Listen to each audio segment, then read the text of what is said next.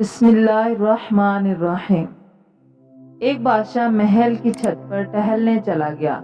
ٹہلتے ٹہلتے اس کی نظر محل کے نزدیک گھر کی چھت پر پڑی، جس پر ایک بہت خوبصورت عورت کپڑے سکھا رہی تھی۔ بادشاہ نے اپنی ایک باندی کو بلا کر پوچھا، کس کی بیوی ہے یہ؟ باندی نے کہا، بادشاہ سلامت، یہ آپ کے غلام فیروز کی بیوی ہے۔ بادشاہ نیچے اترا۔ بادشاہ پر اس عورت کے حسن و جمال کا سحر سا چھا گیا تھا۔ اس نے فیروز کو بلایا۔ فیروز حاضر ہوا تو بادشاہ نے کہا، فیروز، ہمارا ایک کام ہے، ہمارا یہ خط فلاں ملک کے بادشاہ کو دے آؤ اور مجھے اس کا جواب بھی ان سے لے آنا۔ فیروز بادشاہ کا حکم سر آنکھوں پر، اور وہ اس خط کو لے کر گھر واپس آ گیا۔ خط کو اپنے تکیے کے نیچے رکھ دیا، سفر کا سامان تیار کیا، رات گھر میں گزری اور صبح منزل مقصود پر روانہ ہو گیا، اس بات سے لا علم کہ بادشاہ نے اس کے ساتھ کیا چال چلی ہے۔ ادھر فیروز جیسے ہی نظروں سے اوجھل ہو گیا، بادشاہ چپکے سے فیروز کے گھر پہنچا اور آہستہ سے فیروز کے گھر کا دروازہ کھٹکھٹایا۔ فیروز کی بیوی نے پوچھا، کون ہے؟ بادشاہ نے کہا، میں بادشاہ، تمہارے شوہر کا مالک۔ تو اس نے دروازہ کھولا۔ بادشاہ اندر آ کر بیٹھ گیا۔ فیروز کی بیوی نے حیران ہو کر کہا، آج بادشاہ سلامت یہاں ہمارے غریب خانے میں؟ بادشاہ نے کہا، میں یہاں مہمان بن کر آیا ہوں۔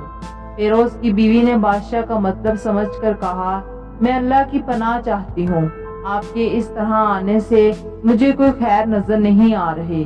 بادشاہ نے غصے میں کہا، اے لڑکی، کیا کہہ رہی ہو تم؟ شاید تم نے مجھے پہچانا نہیں، میں بادشاہ ہوں، تمہارے شوہر کا مالک۔ فیروز کی بیوی نے کہا، بادشاہ سلامت، میں جانتی ہوں کہ آپ ہی بادشاہ ہیں، لیکن بزرگ کہہ گئے ہیں کہ اگر مچھر گر جائے کھانے میں تو میں ہاتھ اٹھا دیتا ہوں، اگرچہ کہ میرا دل کرتا ہے کھانے کو۔ میں تمہارے پانی میں کوئی پھول نہیں چھوڑوں گا۔ لوگوں کا بکثرت یہاں آنے جانے کی وجہ سے شیر کو اگرچہ جتنی بھی تیز بھوک لگی ہو، لیکن وہ مردار تو نہیں کھانا شروع کر دیتا۔ اور کہا، بادشاہ سلامت، تم اس کٹورے میں پانی پینے آ گئے ہو جس میں تمہارے کتے نے پانی پیا ہے۔ بادشاہ اس عورت کی باتوں سے بڑا شرمسار ہوا اور اس کو چھوڑ کر واپس چلا گیا، لیکن اپنے چپل وہیں پر بھول گیا۔ یہ سب تو بادشاہ کی طرف سے ہوا۔ اب فیروز کو آدھے راستے میں یاد آیا کہ جو خط بادشاہ نے اسے دیا تھا وہ تو گھر پر ہی چھوڑ آیا ہے۔ اس نے گھوڑے کو تیزی سے واپس موڑا اور اپنے گھر کی طرف لپکا۔ فیروز اپنے گھر پہنچا تو تکیے کے نیچے سے خط نکالتے وقت اس کی نظر پلنگ کے نیچے بادشاہ کے چپل پر پڑی، جو وہ جلدی میں بھول گیا تھا۔ فیروز کا سر چکرا کر رہ گیا اور وہ سمجھ گیا کہ بادشاہ نے اس کو سفر پر صرف اس لیے بھیجا تاکہ وہ اپنا مطلب پورا کر سکے۔ فیروز کسی کو کچھ بتائے بغیر چپ چاپ گھر سے نکلا۔ خط لے کر وہ چل پڑا اور کام ختم کرنے کے بعد بادشاہ کے پاس واپس آیا تو بادشاہ نے انعام کے طور پر اسے 100 دینار دیے۔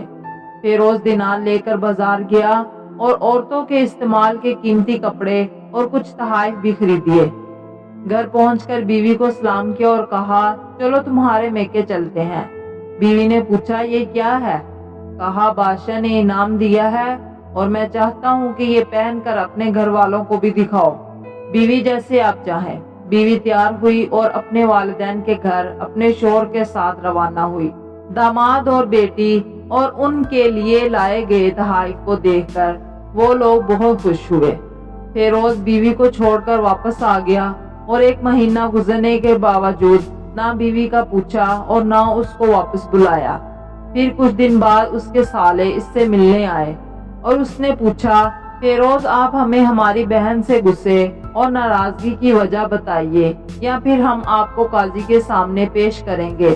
تو اس نے کہا، اگر تم چاہو تو کر لو، جو میرے ذمے اس کا ایسا کوئی حق باقی نہیں جو میں نے ادا نہ کیا ہو۔ وہ لوگ اپنا کیس قاضی کے پاس لے گئے تو قاضی نے فیروز کو بلایا۔ قاضی اس وقت بادشاہ کے پاس بیٹھا ہوا تھا۔ لڑکی کے بھائیوں نے کہا، اللہ بادشاہ سلامت اور قاضی کو قائم و دائم رکھے۔ قاضی صاحب، ہم نے ایک سرسبز باغ درخت پھلوں سے بھرے ہوئے اور ساتھ میں میٹھے پانی کا کنواں اس شخص کے حوالے دیا تو اس شخص نے ہمارا باغ اجاڑ دیا، سارے پھل کھا لیے، درخت کاٹ لیے اور کنویں کو خراب کر کے بند کر دیا۔ قاضی نے فیروز کی طرف متوجہ ہو کر پوچھا، ہاں تو لڑکے تم کیا کہتے ہو اس بارے میں؟ فیروز نے کہا، قاضی صاحب جو باغ مجھے دیا گیا تھا وہ اس سے بہتر حالت میں نے انہیں واپس کیا ہے۔ قاضی نے پوچھا، کیا اس نے باغ تمہارے حوالے ویسی ہی حالت میں واپس کیا ہے جیسے پہلے تھا؟ انہوں نے کہا، ہاں ویسی ہی حالت میں واپس کیا ہے، لیکن ہم اس سے باغ واپس کرنے کی وجہ پوچھنا چاہتے ہیں۔ قاضی، ہاں فیروز تم کیا کہنا چاہتے ہو اس بارے میں؟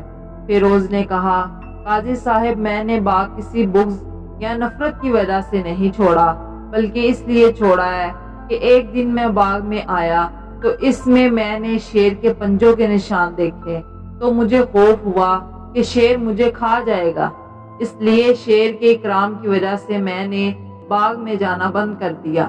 بادشاہ جو ٹیک لگائے یہ سب کچھ سن رہا تھا اور اٹھ کر بیٹھ گیا اور کہا، فیروز اپنے باغ کی طرف امن اور مطمئن ہو کر جاؤ، واللہ اس میں کوئی شک نہیں کہ شیر تمہارے باغ آیا تھا، لیکن وہ وہاں پر نہ تو کوئی اثر چھوڑ سکا اور نہ کوئی پتا توڑ سکا اور نہ ہی کوئی پھل کھا سکا۔ وہ وہاں پر تھوڑی دیر رہا اور مایوس ہو کر لوٹ گیا، اور خدا کی قسم میں نے کبھی تمہارے باغ کے گرد لگی مضبوط دیواریں نہیں دیکھی۔ تو فیروز اپنے گھر لوٹ آیا اور اپنی بیوی کو بھی واپس لے آیا۔ نہ تو قاضی کو پتا چلا اور نہ ہی کسی اور کو کہ ماجرا کیا تھا۔